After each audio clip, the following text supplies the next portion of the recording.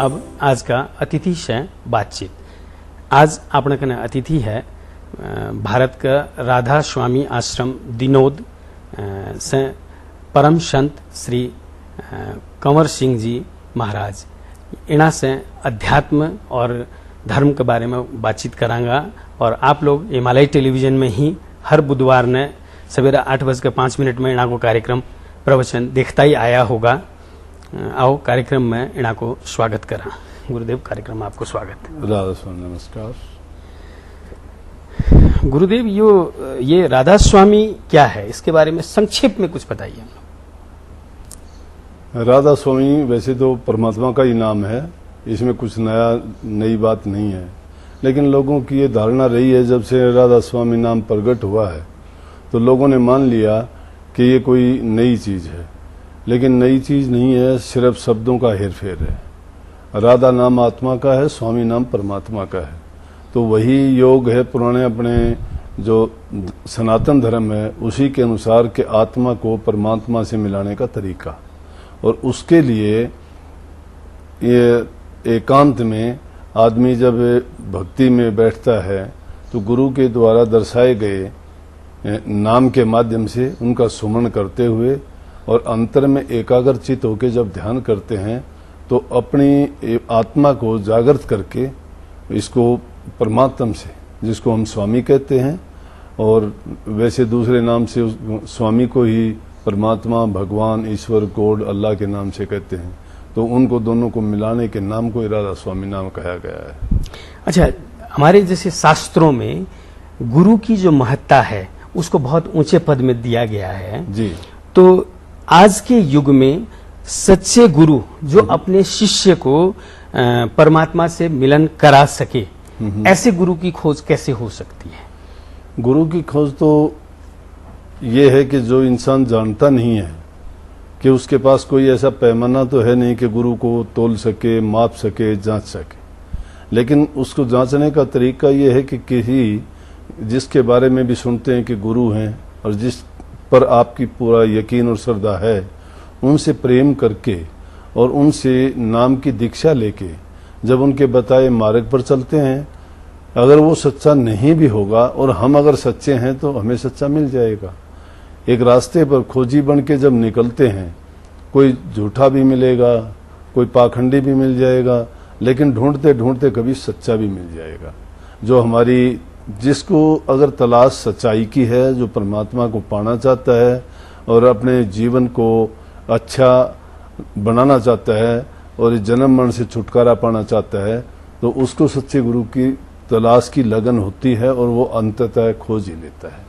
अच्छा, जैसे जीव आत्मा जो परमात्मा से मिलन तभी संभव है जबकि आत्मा शुद्ध हो जी, तो आत्मा शुद्ध करने के लिए गृहस्थ जीवन में रहते हुए आत्मा शुद्धि के उपाय क्या हो सकते हैं? महापुरुषों ने अनेक रास्ते बताए इसके कि गृहस्थ में रहते हुए हम अपनी हक हलाल की कमाई खाएं, सच्चाई से अपने जीवन को जिएं, जीवन की और समाज की सब मर्यादाओं को अच्छी तरह से निभाएं, झूठ, कपट, छल, ठगी, बेईमानी का त्याग करें, और जब अपनी हक हलाल की ईमानदारी की हम कमाई खाते हैं तो शुद्ध कमाई से ही शुद्ध मन होता है।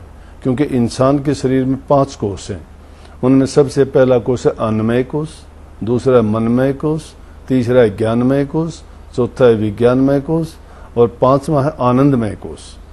जब तक इंसान का अन्नमय कोष नहीं सुधरता है, क्योंकि अगर हमने अन्न ही शुद्ध नहीं खाया है तो शुद्ध अन्न खाए बिना हमारे विचार शुद्ध नहीं हो सकते। जब विचार शुद्ध नहीं होंगे, जिस प्रकार का हम जीवन जिएंगे जिस हालात में, तो हमारा जीवन भी वैसा ही बन जाएगा। अगर हम किसी शराबी के पास बैठते हैं, जुआ खेलने वाले के पास बैठते हैं या कोई और दूसरी बुराइयां करने वाले हैं उनके पास में बैठते हैं, तो हमें धीरे धीरे करके वो आदत अपने आप पड़ जाएगी, बुराइयां आ जाएंगी। लेकिन इंसान का ये काम नहीं था, क्योंकि 84 लाख योनि में परमात्मा ने इंसान को वो रूप दिया है कि और किसी भी जीव के पास नहीं है ये, और उससे भी बढ़ के उसको बुद्धि दी गई है, और उससे भी आगे चल के क्या दिया कि गुरु इंसान की ही योनि में मिल सकता है। तो गृहस्थ में रहते हुए गृहस्थ के धर्म को निभाए, जो अपने गृहस्थ के धर्म को नहीं निभाता है, चाहे वो मंदिर में जाओ, मस्जिद में जाओ, गुरुद्वारे में जाओ, गुरु के पास जाओ, सत्संग करो, कितने नाम जपो, वो उसका कल्याण नहीं हो सकता। गृहस्थ धर्म है क्या? वो गृहस्थ धर्म यही है कि जिसने शादी की है, अमूमन हम ये मानते हैं कि जो शादी करता है, संतान पैदा करता है, उनका लालन पालन करता है, ये गृहस्थ है। तो समाज में हम रहते हुए पत्नी को अपने ढंग से, माँ बाप को अपने ढंग से, संतान को अपने ढंग से, जो हमारी मर्यादाएं हैं उनका पालन करते हुए और एक दायरे में जो उनके जीवन को बनाए और किसी प्रकार का खटास ना आने पाए। हर इंसान का पहला धर्म बनता है कि इंसानी धर्म। माँ बाप के प्रति हमारे दायित्व हैं तो पत्नी के प्रति भी हमारे हैं, पत्नी के पति के प्रति हैं तो हमारे संतान के प्रति भी, संतान के हमारे प्रति वही बन जाते हैं। अगर हम उनका अपनी जगह पर रहते हुए सभी मर्यादाओं का, जैसे कि हमारे रामायण में लिखा गया है, रामायण में यही बात दिखाई गई है। देखो, पत्नी का धर्म उसमें बताया गया, पिता का धर्म उसमें बताया गया, माँ का धर्म उसमें बताया गया, राजा का धर्म उसमें बताया गया, प्रजा का धर्म उसमें बताया गया। उन्हीं चीजों से ये शिक्षा लेके अपने जीवन को सही रास्ते पर ले जाते हुए और सच्चाई से जीवन जीते हुए, साथ साथ प्रभु के नाम का सिमरण करते हुए किसी जानकार गुरु की खोज में और उसकी रहनुमाई में रह के हम अपना कल्याण कर सकते हैं। यह है गृहस्थ धर्म। अच्छा गुरुदेव, जैसे प्रारब्ध का फल जी, ये क्या है और पुनर्जन्म जो कहा जाता है ये होता है? पक्का कि कर्म 3 प्रकार के होते हैं। एक कर्म होते हैं क्रियमान कर्म जो हम अब कर रहे हैं, एक होता है प्रारब्ध कर्म जो पिछले ही जन्म में किया है, और तीसरा होता है संचित कर्म जो हम जन्म जन्मांतरों से किया है। क्योंकि हमारा ना तो ये पहला जीवन है और ना ही हम इसको आखिरी कह सकते हैं। क्यों? ये जीव संसार में आया है, काल और माया के चक्कर में पड़ के ये बार बार जन्म लेता है, बार बार मरता है। तो इसलिए जन्म अलग अलग योनियों में जाता है। इसलिए जो जिस योनि में रह के काम करता है ये तो आगे जाके इसको अपने कर्म भोगने ही पड़ते हैं। इसलिए जो कर्म बचते जाते हैं वो तो संचित कर्म में इकट्ठे होते ही रहते हैं, और जो पिछले ही जन्म के कर्म है वो इस जन्म में जो वर्तमान जीवन हम जीते हैं उसमें वो प्रारब्ध हमारे सामने होता है। लेकिन किसी महापुरुष की शरण में जाते हैं, वो हमें ये भेद बता देते हैं कि भाई जैसा इंसान कर्म करेगा वैसा फल उसको भोगना पड़ेगा। तो इसलिए प्रारब्ध कर्म के कारण तो हमें ये जीवन मिला है। जैसे किसी ने दान किया, पुण्य किया, अच्छे कर्म किए, वो राजा बाबू सेठ साहूकार बन के दुनिया में आया क्योंकि अच्छे किए उसने। जिसने अच्छे नहीं किए वो पापी, दुराचारी या अपाहिज, अंगहीन, किसी न किसी प्रकार से वो ऐसा दुखी है कि इस जीवन को जीते हुए उसको वो दुख काटने पड़ते हैं। तो बिना प्रारब्ध कर्म के ऐसा नहीं है। इसलिए वो प्रारब्ध कर्म हमारे साथ चलता रहता है जब तक, परंतु प्रभु का नाम का जाप करने से उन कर्मों को हम उसी तरह काट डालते हैं जिस प्रकार से कि गंदे कपड़े को या शरीर पर लगे हुए किसी बुरा दाग धब्बे को साफ करने के लिए जल की जरूरत पड़ती है और उसे धो डालते हैं। प्रभु का नाम सब पापों को धो डालता है। इसलिए अपना अच्छा कर्म करते हुए प्रभु के नाम का चिंतन, सुमरण और उसका भजन करेंगे तो हम अपने कर्म का निपटारा करके जाते हैं इंसानी रूप में ही। अच्छा, जैसे हमारे शास्त्रों में कई मंत्रों के बारे में बताया गया है। ये जो मंत्र जो भी बताए गए हैं, इन मंत्रों का मनुष्य जीवन में क्या प्रभाव है? देखो, मंत्र है कि मंत्र कहते हैं मंतव्य को। मंतव्य को हम किसी भी बात का करें, जिस प्रकार से जो मंत्र दिए जाते हैं, कोई जीव कह देता, इसको कोई बीज कह देता है, कोई उपदेश कह देता है, कोई गुरु मंत्र कह देता है, या कोई इनको ये कहता है कि सिर्फ मंत्र ही है कि इसका जाप करने से ये होता है। असल में एक चीज का मनन करते करते वही चीज अपना जो उसके पास जितना करने की ताकत होती है अपना फल दिखाती है, उसका परिणाम दिखाती है। तो वो जो नाम है वो सारे प्रभु के ही नाम है। किसी भी रूप में अगर वो लिया जाता है तो जब एकाग्रचित होके उस नाम में हम अपना मन लगा देते हैं, सारी ऊर्जा लगा देते हैं, तो उसमें उसका एकाग्रता में वो शक्ति होती है। तो उस मंत्र से इंसान, शक्ति किसके अंदर है? करने वाले के अंदर है। जो इंसान सच्चे दिल से उस चीज के बारे में ही सोचता रहता है, उसी का चिंतन करता रहता है, उसी को याद करता रहता है, तो उसी का रूप बन जाता है। आप ये कहना चाहते हैं कि जैसे चाहे मंत्र हो चाहे राम का नाम हो, हाँ जी। अगर एकाग्र होके और बार बार लिया जाए तो उसका महत्व जरूर है। बिल्कुल, फल है उसका। हाँ। और जो पवित्र नाम उसका पवित्र है, अगर कोई बुराई का कर लेता है तो उसका बुरा फल मिलता है, लेकिन मंत्र हमेशा अच्छाई के लिए होते हैं, तो वो सुधार के लिए, पाप कर्म का नाश करने के लिए। तो नाम सब चीजों को पवित्र करने वाला है।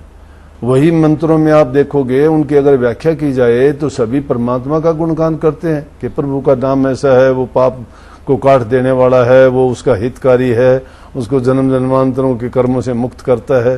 तो यही है, उसी में आराधना छिपी होती है, एक प्रार्थना। आराधना और प्रार्थना क्या है कि जब तक हम किसी से कुछ मांगते नहीं है, प्रार्थना नहीं करते, हमें नहीं मिलता। स्कूल में बच्चे जाके भी सबसे पहले जब अपनी शिक्षा शुरू करते हैं और सब वो गैदरिंग सुबह होके, और वो भी प्रार्थना करते हैं कि परमात्मा हमें अच्छी शिक्षा देना, अच्छे नागरिक बनाना, आगे जाके हम भले बने, हमें पढ़ाई का वरदान देना, हमें ऐसी ऐसी बख्शीश देना कि जिसके कारण हमारा जीवन ऊंचा उठे, माँ बाप की सेवा करें, समाज में हमारा नाम हो। तो ये सभी चीज किसमें है? वो अच्छी बात, चाहे उनको आप मंत्रों में किसी भी भाषा में, संस्कृत भाषा में, हिंदी भाषा में या इंग्लिश भाषा में हो, क्योंकि सभी दुनिया के देशों में चिंतक हुए हैं और उन्होंने जो चिंतन किया प्रभु के बारे में, नाम के बारे में, उन्होंने खोज की तो उन्होंने ये बात भी ढूंढी कि किस नाम से। उसका परिणाम तो यही देख लें कि एक आदमी से प्यार से हम अगर कहते हैं, उसको नमस्ते कहते हैं या उसको अच्छा बोलते हैं, तो हमें वो कितना हंस के बोलता है, अच्छा रिस्पॉन्स देता है। और अगर एक आदमी को हम बुरा बोलते हैं या उसको टेढ़ी नजर से भी देखते हैं, तो हमारी तरफ हमारे से ज्यादा टेढ़ा देखता है। तो इसलिए उन मंत्रों में ये ताकत है कि हमारे पापों को, बुराइयों को, सबको दूर कर देती है और वो अपना फल देती है। अच्छा गुरुदेव, जैसे संतान उत्पत्ति तक के लिए आपसी संबंध को उचित कहा गया है, उसके बाद अगर हो तो उसे काम वासना का रूप दिया गया है जी। तो ऐसा क्यों है? और आज के परिवेश में सिर्फ संतान उत्पत्ति के लिए आपसी संबंध हो, ऐसा संभव है? देखो, यूं तो समय को 4 भागों में जो बांटा गया, हमने नहीं बांटा। पहले से ही इसी युग में हम सुनते आए हैं कि 4 युगों में समय बटा हुआ है और ये काल चक्कर चलता रहता है।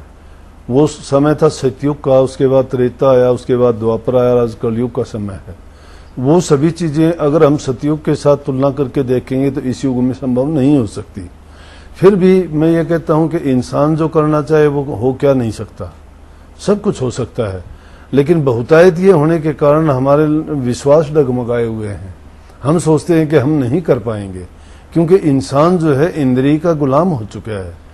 हमारी 5 कर्मेंद्रिय और 5 ज्ञानेंद्रिय लगी हुई हैं, तो उनमें शब्द, सपरस, रूप, रस, गंध ऐसी चीजें हैं जो इंसान शरीर के लिए उनके बस में आ गया है, और उनमें से ही एक काम वासना भी है। इसीलिए हमारे मनीषियों ने, ऋषियों ने, संतों ने, चिंतकों ने क्या कहा कि काम, क्रोध, लोभ, मोह, अहंकार ये 5 शत्रु हैं, और उनमें से एक काम है। लेकिन काम किसको कहते हैं? हम छोटी में ले तो काम वासना से ही मतलब ले लेते हैं। वैसे काम का दायरा देखा जाए तो सोचना मात्र भी काम ही है। एक इंसान अगर उसमें मन में तो उसको ख्याल आता रहता है, वैसे इंद्रियों को दमन करके वो कहता है कि मैंने मन को जीत लिया, मैं ब्रह्मचारी हूं, मैं संतान पैदा नहीं करता, या मैंने एक पैदा कर दी और उसके बाद मैंने कंट्रोल कर लिया। ये मुश्किल नहीं है, कुछ भी कर सकता है इंसान, क्योंकि इंसान ने किए हैं पहले ऐसे काम। इंसान के पास वही मन है, वही ताकत है, वही इंद्रिय है, वो सारी शरीर है। लेकिन अगर वो करना चाहे तो ना, तो अगर बार बार स्त्री के पास जाते हैं काम वासना की पूर्ति के लिए, तो सिर्फ वासना का ही साधन बन जाती है। और अगर हम सिर्फ संतान उत्पत्ति के लिए जाएं, जिस प्रकार से कि हम जरूरत समझ के ही जाएं, तो उसमें कोई दोष नहीं है इस युग में। अच्छा, जैसे काम वासना की परिपूर्ति करते हुए परमात्मा से मिलन हो सकता है कि? बिल्कुल हो सकता है, क्योंकि आप 84 लाख योनि के जीव जंतुओं को देखोगे ना, ये सब में ही ये है, ये प्रवृत्ति, ये एक जरूरत है, हर जीव की जरूरत है। जिस किसी को भी देखोगे, इंसान में तो बुद्धि समझ है, लेकिन अगर दूसरे पशु पक्षियों में ये बात नहीं है। इसीलिए तो इंसान के लिए ये कहा गया कि इंसान कर सकता है ऐसा, क्योंकि उनमें समझ नहीं, उनमें गुरु नहीं, उनमें समझाने वाला नहीं, उनमें बताने वाला नहीं है। इंसान के सामने तो हैं बताने वाले भी हैं, पुराना इतिहास भी हम देख सकते, पक्षी नहीं देख सकते, जानवर नहीं देख सकते। इसलिए जरूरत तो है ये, लेकिन उस जरूरत को कम किया जा सकता है। एक देखो खाने की चीज है, खाने में स्वाद आता है। एक तो इंसान सिर्फ खाता है भूख के लिए, पेट में गया, भूख खत्म होगी, ठीक है। एक स्वाद के लिए खाता है कि स्वाद जब आता है तो जो चीज उसने 4 खानी होती है तो 8 खा लेता है। ये वैसी ही बात है कि वो 8 खाना बुरा हो जाता है, 4 अगर खाता है तो शरीर की जरूरत है वो। आप ये कहना चाहते हैं कि संतुलित रूप से अगर काम का प्रयोग हो तो उससे राम तक पहुंचा जा सकता है। गृहस्थ में साधु योगी और संतों के लिए लागू नहीं है ये। हाँ, गृहस्थ के लिए, गृहस्थ में। अच्छा, जैसे आज के जो युवा वर्ग है, इनकी सोच ये होती है कि ये जीवन हमें एक मिला है, इस जीवन में जितनी मौज मस्तियां कर सकें हम कर लें, अगला जीवन किसने देखा है। ठीक है। जबकि धर्म गुरुओं का कहना है कि नहीं, इस जीवन में तुम अपने आप को सुधार लो तो आगे का जीवन तुम्हारा ठीक अच्छा होगा, अच्छा होगा। तो ये दुविधा को कैसे मिटाया जाए? ये दुविधा असल में आज की जो युवा पीढ़ी है उसको सुधारने के लिए सबसे बड़ी जिम्मेवारी है गुरुओं की, माँ बाप की, और उसके बाद धर्म गुरुओं की बारी आती है। क्योंकि सबसे पहला अध्यापक बच्चे का उसकी माँ और बाप होते हैं, दूसरा अध्यापक विद्यालय में उसका शिक्षा देने वाला अध्यापक होता, और उससे निकल के जब वो समाज में जाता है तो फिर वो धर्म गुरुओं की जिम्मेवारी होती है। लेकिन वहाँ क्या होता है कि आज बच्चों को हम संस्कार नहीं दे पाते। बच्चे जब भी पैदा होते हैं 2-4 साल के होते हैं, माँ बाप बच्चे को कहता है कि इसको पढ़ाने के लिए, अच्छी शिक्षा के लिए स्कूल में डाल दिया, हॉस्टल में छोड़ दिया, स्कूल कॉलेजेस में जब छोड़ दिया, उनकी आत्मीयता खत्म कर दी हमने। ना वो माँ बाप को समझता है माँ बाप कौन है, क्यों प्यार नहीं जुड़ा। ना उनके जो रिश्तेदार हैं, मामा फूफा बहन भाई नातेदार, किसी को नहीं समझता है वो। उसके साथी या तो किताबें हुई या साथ पढ़ने वाले बच्चे हुए। वो जब समाज में जाता है आगे चल के, उसमें वो प्यार नहीं है। माँ बाप भी अगर उसके पास आगे चल के कभी मिलने के लिए जाते हैं तो सोचते हैं कि एक आध दिन रहें तो रहें, नहीं चले जाएं तो चले जाएं। पुराने जमाने में जो परिवार होते थे, परिवार में बच्चा बैठता था, उसको शिक्षा देने की जरूरत नहीं थी। आम समाज में होने वाली घटनाओं को देखते थे, माँ बाप के क्रियाकलापों को देखते थे, रिश्तेदार नातेदारों के देखते थे, तो उनके दिल में ये होता था कि ये नैतिकता ये है, ये शिष्टाचार ये है, हमें जो है बड़ों का आदर करना चाहिए, साथ वालों से प्यार करना चाहिए, मीठा बोलना चाहिए, तो उसमें आत्मीयता मित्रता अपने आप आती जाती। लेकिन आज क्या है, आज वो बच्चों को वो शिक्षा न मिलने के कारण अकेलापन है, उनके शिक्षा का दायरा सिमट के रह गया है, संस्कार रहित है वो। तो आप ये कहना चाहते हैं कि संस्कार अगर दिए जाएं बिल्कुल तो युवा पीढ़ी सुधर सकती है। बच्चों का कसूर नहीं है इसमें। अच्छे कर्म और बुरे कर्म का फर्क कैसे पता कर सकता है एक इंसान? अच्छे कर्म तो वो है जो किसी को दुख ना दे। हमारे कारण, हमारे कर्म करने से, कोई भी काम करने से अगर किसी को दुख होता है तो वो अच्छा बुरा है। और अच्छा करने से किसी को शांति मिलती है, खुश होता है, तो वो अपने आप ही जाहिर हो जाता है कि वो अच्छा कर्म है। कुछ ऐसे कर्म भी तो होते हैं ना, जैसे करने वाले के नजर में हो सकता है कि वो उसको लगता हो कि वो अच्छा कर्म कर रहा है, लेकिन उस कर्म के कारण सामने वाले को दुख वो अनजाने में अगर ऐसा होता है और ऐसा दुख प्रकट होता है तो वो उसको उसी टाइम उससे अपनी क्षमा याचना करके उसको कर सकता है कि मैंने किसी का दिल दुखाया है, तो उसके अंतरा दिल की जो आवाज होगी वो उसको अगर प्यार से कहेगा कि हाँ ये मेरे से अनजाने में भूल हुई है, तो भी वो उस दुख से बच जाता है। अच्छा, एक चीज है, जैसे संकट के समय में धर्म पर से विश्वास और उठ जाता है और धैर्य डगमगाता है, ऐसा क्यों होता है? ऐसा इसलिए होता है कि इंसान जीता है अपने इंद्रिय जीवन में, मानसिक जीवन में नहीं जाता हो। अगर इस कर्म को समझ जाए कि मैंने किया, अपना कर्म है, उसका कर्ज मैंने दुनिया में आके देना है, कोई हमसे बेटा बन के अपना कर्ज पूरा करेगा, कोई बेटी बन के, कोई धी बन के, कोई जमाई बन के, कोई भाई बन के, उनको तो अपना लेना होता है। लेकिन हम शिकायत करते हैं कि मैंने कभी बुरा नहीं किया, मैंने सबका अच्छा किया, और उसके बावजूद भी मेरे साथ ऐसा हुआ, तो उससे हम क्या सोच लेते हैं कि ये तो गलत हो गया। और हमारा धैर्य। और वो कहते हैं कि जब अच्छा करते करते हमारे साथ ये नहीं सोचते कि ये हमारा पहले का कर्ज है, वो कर्ज उतर रहा है, तो इसलिए हमारा धैर्य और धीरज दोनों चले जाते। नहीं तो रामायण में ये कही है कि धीरज धर्म मित्र और नारी आपतकाल परखिए चारी, कि धीरज धर्म मित्र और औरत को जब इंसान के सामने विपत्ति या आपत्ति या परेशानी आती है उस टाइम देखना चाहिए कि वो कितना धैर्य है और कितना उसमें वो विचलित नहीं होता। तो ये स्वाभाविक है, विचलित हो जाते हैं। अच्छा, जीवन में मौनता कितनी और किस समय में जरूरत होती है? मौनता का मतलब चुप रहना। हाँ, चुप रहना। चुप रहने से क्योंकि इंसान की ज्यादा शक्ति खराब होती है 3 इंद्रियों के द्वारा से, आंखों के देखने से, कानों के सुनने से, जबान के ज्यादा बोलने से। इसलिए जो इंसान मौन करते हैं जरूरत के मुताबिक बोलते हैं।